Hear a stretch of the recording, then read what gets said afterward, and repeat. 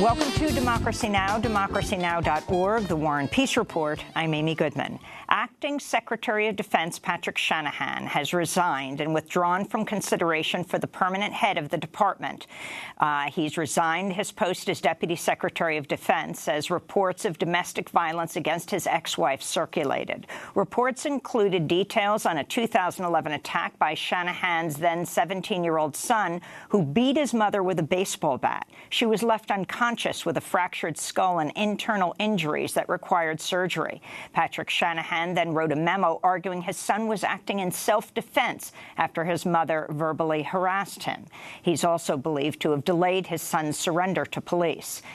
Shanahan apologized for the memo, saying it was only intended for his son's attorneys. According to the Washington Post, court records also revealed a previous incident in which both Shanahan and his wife alleged they were assaulted by one another.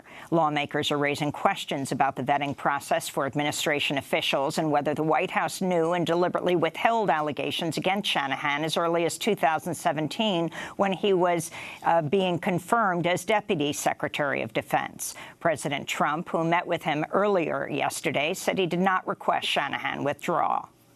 We have a great vetting process, but this is something that came up a little bit over the last short period of time.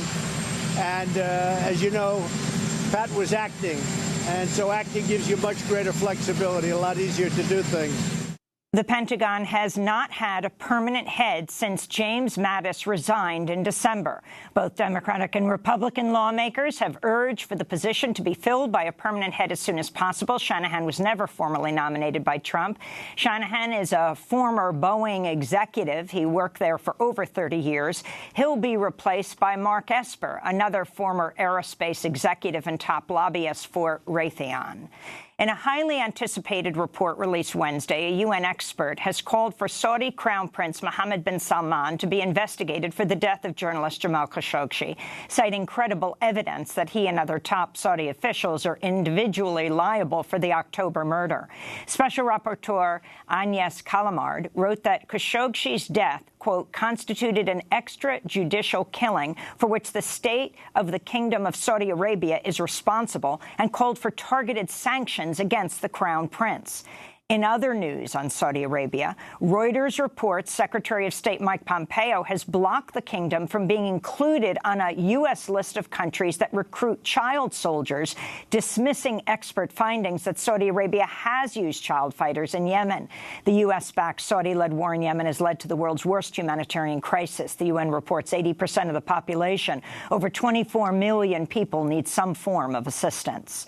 New concerns over the Justice Department's impartiality are emerging following reports Attorney General William Barr's top deputy intervened to prevent Trump's former campaign manager Paul Manafort from being transferred to Rikers Island while he awaits trial. Manafort is expected to be held at a federal prison in Manhattan after he was transferred from a Pennsylvania federal prison, where he's currently serving a 7.5-year sentence on criminal conspiracy charges and charges of bank fraud and tax evasion. Catherine Gorka, a Homeland Security advisor and wife of far-right former Trump advisor Sebastian Gorka, has been tapped to become the new press secretary at Customs and Border Protection, this according to CNN. Catherine Gorka, a political appointee who previously wrote for far-right outlet Breitbart, is known for her anti-Muslim views. At DHS, Gorka was involved in cutting funding to groups that assist people who want to leave white supremacist groups. Sebastian Gorka left the White House in 2017 after reports emerged of his ties to a Nazi-allied group and racist paramilitary militia while he served as a Hungarian politician.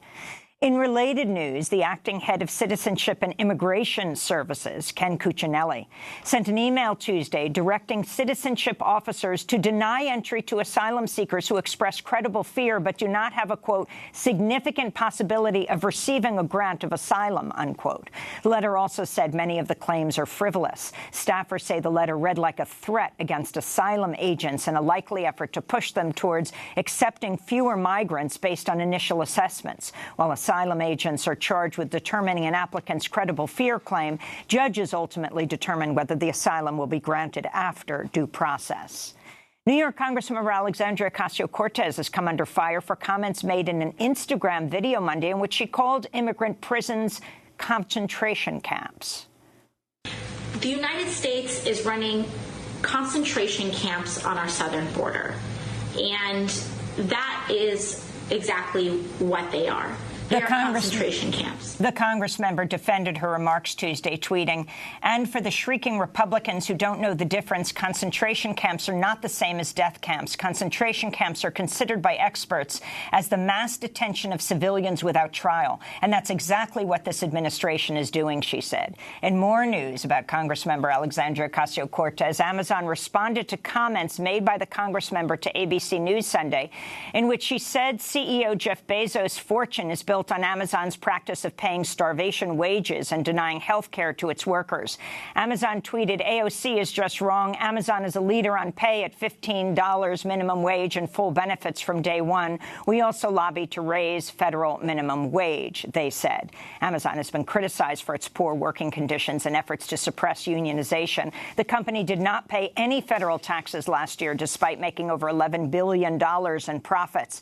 Jeff Bezos is the world's richest man with a net worth of $131 billion. In Mali, armed men killed at least 40 people in 2 villages Monday in the latest deadly attack to hit the country amidst mounting ethnic tensions between Dogon and Fulani fighters. The mayor of one of the villages, which are populated by ethnic Dogons, said around 100 gunmen on motorbikes stormed both towns, opening fire at residents. The attack comes just a week after another deadly raid on a Dogon village. In March, suspected Dogon militias killed over 150 Fulani in 2 villages in central Mali. The UN warned earlier this month the atrocities in central Mali are likely to continue unless immediate action is taken. Back in the U.S., President Trump kicked off his 2020 presidential bid with a Keep America Great rally in Orlando, Florida, Tuesday evening. Trump again attacked immigrants, his 2016 opponent Hillary Clinton, CNN, and Democratic lawmakers, accusing them of, quote, flooding the country with illegal immigrants. Democratic Congressmember David Cicilline tweeted it was a hate rally. In his response to the rally, 2020 presidential candidate Bernie Sanders called Trump a racist, a sexist, and a xenophobe, and accused him of neglecting climate change, gun violence, and inequality. The House Judiciary Panel will hold a hearing today on reparations for slavery, the first hearing in over a decade on the subject. Among others, writer Ta-Nehisi Coates and actor and activist Danny Glover are set to testify. The question of reparations is expected to be a key issue as the 2020 presidential campaign rolls out. Ahead of today's hearing, Senate Majority Leader Mitch McConnell was asked by reporter Eva McKend whether the government should issue a public apology for slavery. I don't think reparations for something that happened 150 years ago, for whom none of us currently living are responsible, is a good idea. Today's hearing coincides with Juneteenth, the day that commemorates June 19, 1865, when slaves in Galveston, Texas, finally learned that the Emancipation Proclamation had abolished slavery. As the fallout mounts over the handling of the Central Park 5 case, President Trump refused Tuesday to apologize for his actions at the time. Trump ran full-page newspaper ads during the 1989 case calling for the death penalty for the 5 teenage boys of color who were wrongfully accused and convicted of raping a white woman in Central Park. They were eventually exonerated, and the case has been brought back into the spotlight following the release of Ava DuVernay's Netflix miniseries, When They See Us. Longtime White House correspondent April Ryan, who's African-American, asked Trump if he would apologize for his actions. You have people on both sides of that. They admitted their guilt. If you look at Linda Fairstein and if you look at some of the prosecutors, they think that the city should never have settled that case. So we'll leave it at that. The city settled with the 5 teenagers for $41 million. Former prosecutor Linda Fairstein was dropped by her publisher and forced to step down from several nonprofit and education boards in recent weeks. Meanwhile, New York's public advocate, Jumaane Williams, has backed a call from activists to reopen the cases. Manhattan District Attorney Cyrus Vance has so far refused. In a 5-4 decision, Supreme Court justices ruled Monday along partisan lines that New York City's public access station, MNN, is not bound by the First Amendment, which would protect producers from editorial control or censorship by the network. Justice Brett Kavanaugh wrote the opinion for the conservative majority. The case against the nonprofit cable channel Manhattan Neighborhood Network, known as MNN, was brought by independent producer Dee Dee Halleck, who said she and her co-producer were suspended after submitting a video accusing the station of neglecting the East Harlem area, where one of its production facilities is located. MNN alleged she was suspended because her video contained footage in which her co-producer made statements intended to incite violence and harass staff in violation of MNN program content restrictions. In her dissent, Justice Sonia Sotomayor wrote, quote, New York City opened up a public forum on public access channels in which it has a property interest. It asked MNN to run that public forum, and MNN accepted the job. That makes MNN subject to the First Amendment, just as if the city had decided to run the public forum itself, Sotomayor said. In California, Pacific Gas and Electric has agreed to pay the town of Paradise, Butte County, and other surrounding municipalities $1 billion for its role in destructive wildfires in Northern California, including last year's record-breaking Camp Fire, which killed 85 people and burned the town of Paradise to the ground. Last month, California fire investigators concluded that PG&E was to blame for the Camp Fire, which started after electrical transmission lines ignited by dry vegetation in at least 2 spots. And Canadian Prime Minister Justin Trudeau approved Tuesday the expansion of the Trans Mountain Pipeline, which the Canadian government purchased from Kinder Morgan last year, despite major concerns by environmental and Indigenous rights groups and multiple legal challenges against the pipeline. Construction on the pipeline, which carries crude oil from Alberta's tar sands to British Columbia's Pacific coast, is set to resume this year. First Nations groups have said they will continue to challenge the expansion, which was previously halted by the courts in 2016. This is Asylum of the Squamish Nation Council. It's unfortunate this government that ran on a promise of doing things differently decides to behave this way. But our interest as a people is to protect our community, our territory, the livelihood of our generations living today and the ones to come. And we are committed to fighting this climate emergency and the climate crisis. But we have a government that does not seem to want to be leaders when it comes to fighting the climate emergency.